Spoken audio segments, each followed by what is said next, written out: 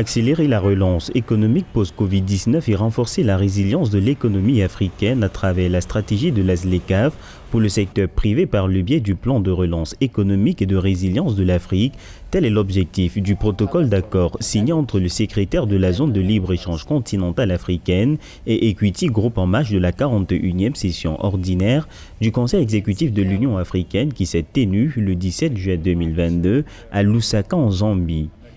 La signature d'aujourd'hui avec le secrétariat de la zone de libre-échange continentale africaine est un moment important pour la reprise et la résilience du continent africain et pour la création de richesses pour notre peuple. Les opportunités de croissance que l'accord de la ZLECAf offre aux PME sont sans précédent, ce qui rend possible le commerce et la mise à l'échelle transfrontalière pour toutes les entreprises éligibles et intéressées.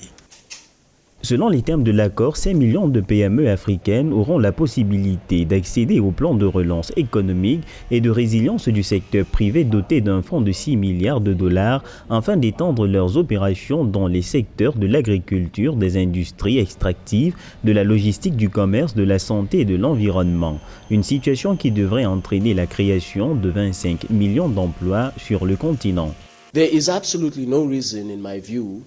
why any of this. Nous avons une vision soutenue par la clairvoyance des leaders africains depuis quelques années, celle de faire de ce marché de plus de 1,3 milliard de personnes un seul et unique marché commun. Notre travail au secrétariat de la ZLECAf est d'œuvrer pour que cette vision devienne une réalité en abolissant les différentes barrières qui freinent le développement du commerce et des investissements intra-africains, ainsi que la fragmentation du marché africain que nous avons observé ces 70 dernières années.